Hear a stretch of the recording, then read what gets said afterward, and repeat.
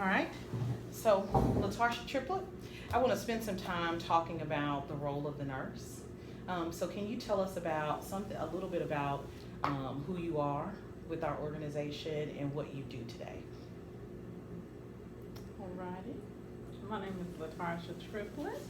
I am the clinical director for the intensive care unit as well as our medical surgical telemetry unit here at Methodist Olive Branch Hospital in Olive Branch, Tennessee.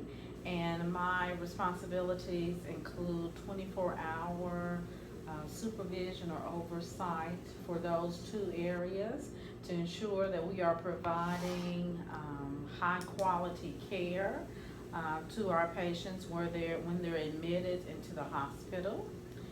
So that is providing oversight for the staffing, to make sure that we can take care of those patients, counseling those associates, rounding on those patients to make sure that their needs are being met, being in connection with the executive leadership of this organization to make sure that our day-to-day practices are in line with the goals of this organization.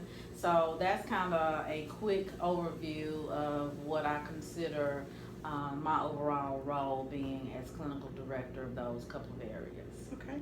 So today I kind of want to talk about, all of us will come across, whether it's a hospital stay or a doctor's visit, we're going to see a physician, and we kind of know and understand what that role of that physician will be in our healthcare.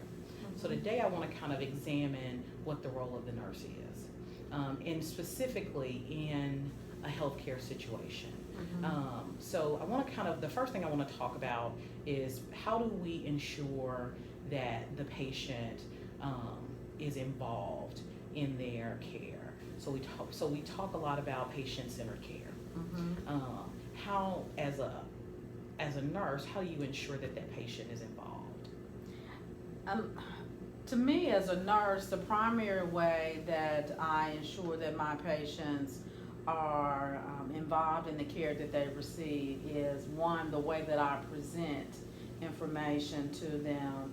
If I'm relaxed, if I show concern to them, my initial presentation to them helps to relax them, give them that comfort to where they will begin to feel more comfortable to ask me questions. It helps to, encourage that collaboration between myself and the patient. That's where that patient and family-centered care becomes an action rather than just a phrase. Showing that respect, identifying what is respect for the patient, because that varies from person to person. So, building that relationship through that communication with the patient, letting them be involved at the level that they want to be involved. But it comes through that communication and just giving them an opportunity to participate in the care at the point in which they want to do so. Okay. And I need to back up. One of my first questions should have been, what role does nursing play in healthcare?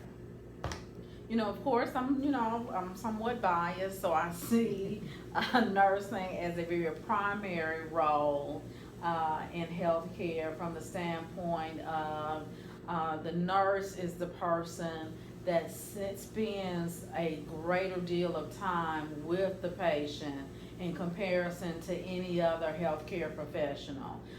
Yes, patients want to come, they want to see the doctor, but they're going to ask the nurse to interpret or to provide to them the information that they didn't understand what the doctor just said to them. Okay. When they're in their state of sickness or health or whatever their healthcare journey is the nurse that's with them, helping them to, assisting them in their decision making. So I see the nurse as the liaison, the partner, the person that's walking along with them as they're going through their healthcare experience. Okay. And so you might have answered this question a little bit in your last response, but how do you see that role differs from the physician specifically? I see it more as an equal to the patient. I think the patient sees it more as an equal. You know, we live in a very hierarchy-based society, and you know, I see the nurse and the patient somewhat on the same level. I mean, I know the patient sees us as someone that has control over certain aspects of their care, but when it comes to that communication and us working out things together, we kind of come together on an even plane, you know. And so I see that nurse and the patient being on a more even level compared to that physician. I also see the nurse being the person that pulls everybody else on the team together when it comes to the social worker, the dietitian, the case manager, you know, the chaplain, whomever else that may work on that team. It's typically the nurse that the patient goes to ascertain, to reach out to those other individuals. So we're the ones that kind of facilitate the care for the patient. Okay. All right. And so going back to patient-centered care, how do you determine what level of involvement you present to the patient? I don't determine that. I try at the best of my ability to allow the patient and their family determine what that involvement is going to be. Okay. You know, you go to them based on what their personal experiences are. You ask them, you see what examples, what kind of energy they're placing into the experience, and based on that feedback, that's how you determine where that relationship is going to go. Because everybody wants something different. So I can't say, you know, just because I want a certain level of experience or involvement, that that's what you should want as a patient or a family member. So, you know, that's something that strictly, if we're talking about true patient and family-centered care, that's something that should strictly be determined by the patient and by the family. Okay. So if it's something that they don't want to be involved in at all, that's something that's totally up to them. So when or if ever do you determine or make that decision that the patient can't be involved in this portion of the care? When they tell me they don't want to. Okay. Or there's a point where they're not mentally capable. Okay. They're not physically capable to make decisions for themselves. There's not family available. You know, you make attempts to reach out to family, and for whatever reason, those attempts are unsuccessful. So those are typically the circumstances that you encounter when you see that that involvement is not going to be present. Okay. I guess that's the question. I feel like that's the question that you're asking. Yes. So do you think that their sickness, for lack of a better term, would make that determination, or would that not be? Yeah, it could, you know, yeah, if their illness can impact that, you know, totally. If I mean, on so many levels, you know, having dementia, of course, would impact your ability to be involved in your decision making. If I have a loved one that has been chronically ill for an extended period of time, and I make a decision that while they're in the hospital, I'm going to step away from the care, that, you know, being involved in the care strictly because I want to take a break. I mean, who's to say that's not okay? Okay.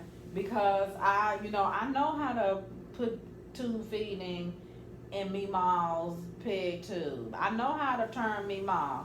I've been doing it for the last 2 or 3 years.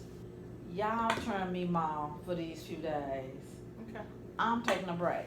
Gotcha. Okay, holler at me when it's time for me, Ma, to come home. Okay. I, They're using it somewhat as respite you know, care. it may be respite care. I may have to make a decision that I need to pull back just for a moment. That does not mean that my love or my need, you know, that I don't love or I don't care for my loved one, Mhm. but my circumstances just require that I need me a moment. Okay. You know, so everybody's situation is different.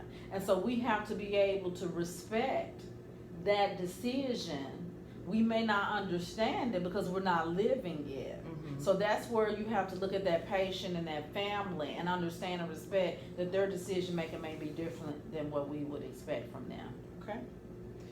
So this is the next set of questions are all about the nursing creed. Okay. Okay. So have you ever crossed that ethical line with a patient?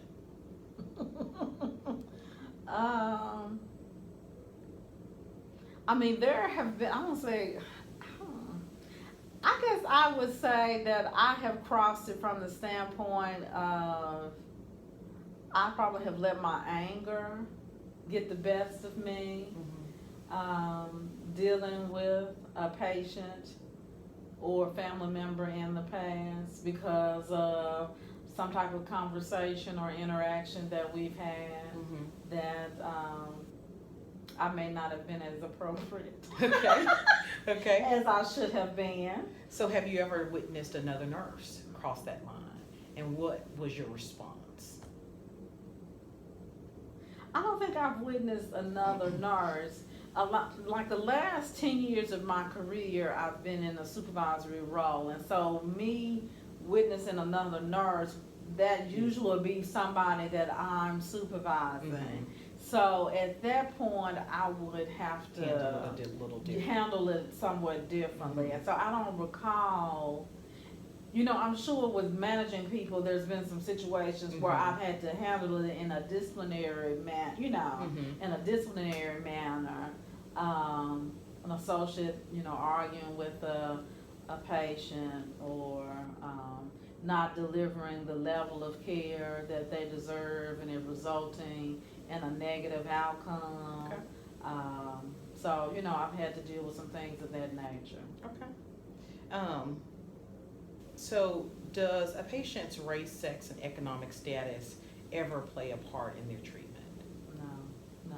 A lot of times we, you know, for me personally, you just kind of lump it all into one group. Okay. A person is a person, and we all have little nuances about ourselves. Okay. But in the instance where, just for conversation's sake, I'm uneducated, the way you would provide care for me, not necessarily provide care for me, but the way your interaction with me, would that differ for someone that's extremely educated? It may impact the way that I teach you. Okay. You know, it may, like if there's something going on and I need to make sure that you're understanding something so you can take care of yourself, it may impact, you know, the way that I teach you. Okay. You know, so that kind of interaction with you may be different. Okay. So would you say that you've ever regretted becoming a nurse? Oh no, I could not imagine me doing anything else because there's so much diversity within nursing. I mean, even in my own personal career, I've done long-term care, I've done home health, I've worked in the ICU, I've been a med-surg, orthopedic, telemetry, whatever. I mean, I have done so much in the last 20 years. Okay. And so I can't see there being another career that you could have where you could gain that much diversity and still need to learn so much more. Okay. So no, I wouldn't. And Okay. plus I can feed my family, praise God. Well, thank you so much for sitting and meeting with me. I appreciate all of your insight. And the next step is I'll give you a critique to do, Okay. and we'll move forward. All right, Thank well, you so much. Thank you.